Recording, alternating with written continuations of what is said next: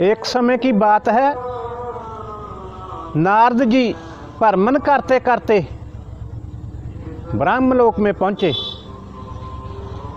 जब नारद जी ब्रह्मलोक में पहुँचे तो क्या देख रहे हैं, हैरान हो गए। ब्रह्मा जी किसी और के ध्यान में मगन हैं, समाधि लगाए बैठे हैं। तो ये देखकर हैरान हो गए और मन में कहने लगे कि जे परम पिताजी किसके ध्यान में बैठे हैं, हम तो इन्हीं को ही जगत पिता मानते थे। इस संसार को रचने वाले हम तो इसी को मानते थे, परंतु ये तो किसी और के ध्यान में मगन बैठे हुए हैं। इसलिए अब ये कथन भी हमारा गलत हो गया है। अब तो ये साबित हो गया है कि ब्रह्मा से भी बड़ा कोई है, इनको पैदा करने वाला कोई पार ब्रह्म भी है। तो अभी इसी विचार में है। तो उधर ब्रह्मा जी ने अपना ध्यान खोल लिया, आंखें खोल ली और अपने आसन पर विराजमान हो गए। तो जब नारद जी ने ब्रह्मा जी को बैठे देखा, दोनों हाथ जोड़कर प्रणाम किया और पूछने लगे कि पिताजी एक बात हमको बताओ कि आप किसकी भक्ति कर रहे थे, किसका ध्यान कर रहे थे आप। तो जब नारद जी ने ऐसा पूछा, ब्रह्मा जी नारद जी को बता रहे हैं कि नारद बेटा आप धन्य हैं जो आपने ये सवाल किया, हम आपको इसका सही सही उत्तर देते हैं। आप चेतन होकर के इसका उत्तर सुनिए। तो ब्रह्मा जी बता रहे हैं नारद को कि ए ब्रह्मा, ए नारद,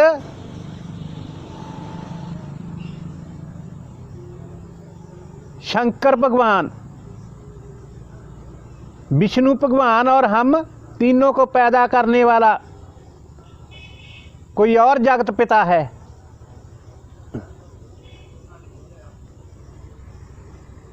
तो हम आपको बताते हैं कि नारायण की नाभि से एक कमल उत्पन्न हुआ, पैदा हुआ।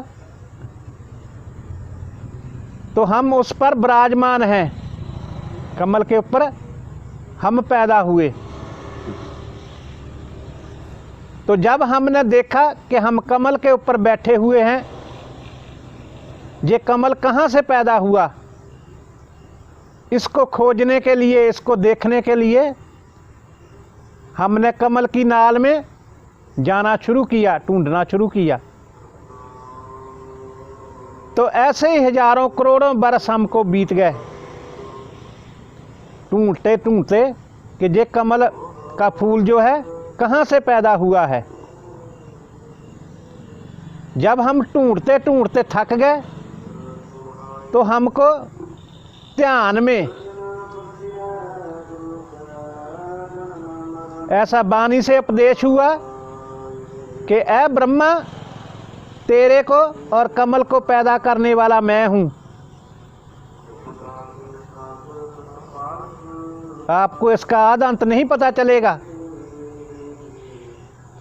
आप जाइए, कमल के फूल के ऊपर विराजमान होइए और हमारी आज्ञा से इस संसार को, इस सृष्टि को पैदा कीजिए।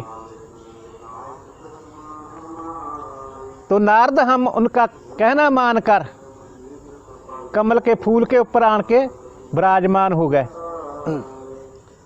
पहले पहले तो हमारी सामर्थ्य नहीं थी। तो उस पार ब्रह्म ने 3 गुण, रजोगुण, सतोगुण, तमोगुण, ये 3 गुण प्रकट किए और हमारी बुद्धि में अपनी ज्योति को प्रकट किया। तो जब उनकी ज्योति का प्रकाश हुआ तो फिर हमने 5 गुण पौन, पानी, धरती, आकाश और अग्नि, ये 5 गुण पैदा किए और इन्हीं से हमने ये सभी सृष्टि को पैदा किया,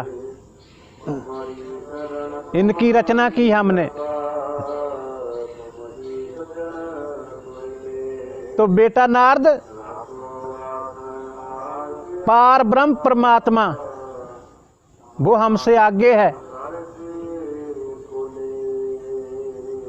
ये सभी संसार, चांद, सूरज, सितारे और ये सब जीव, इस संसार का जो भी कण कण है उसी के प्रकाश से ये चमक रहा है।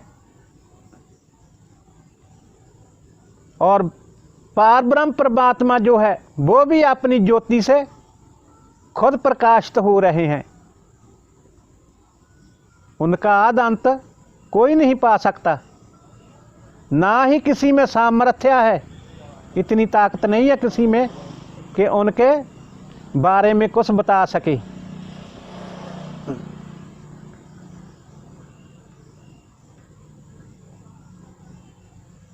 तो बेटा पार ब्रह्म परमात्मा उसी को ही रचने वाला मानना चाहिए। मेरे ब्रह्मा और संसार जैसे कितने ही संसार वो एक पल में तैयार कर सकते हैं और एक क्षण में इनको ख़त्म भी कर सकते हैं। इसलिए जो हमको सृष्टिकर्ता मानते हैं उनकी भूल है। बेटा नारद, उस पार ब्रह्म को ही सृष्टि का कर्ता मानना चाहिए। हम तीनों देवता ब्रह्मा, विष्णु और शंकर भगवान तीनों ही उसी का रूप हैं, उन्हीं की आज्ञा से कार्य करते हैं। उस पार ब्रह्म को नमन है।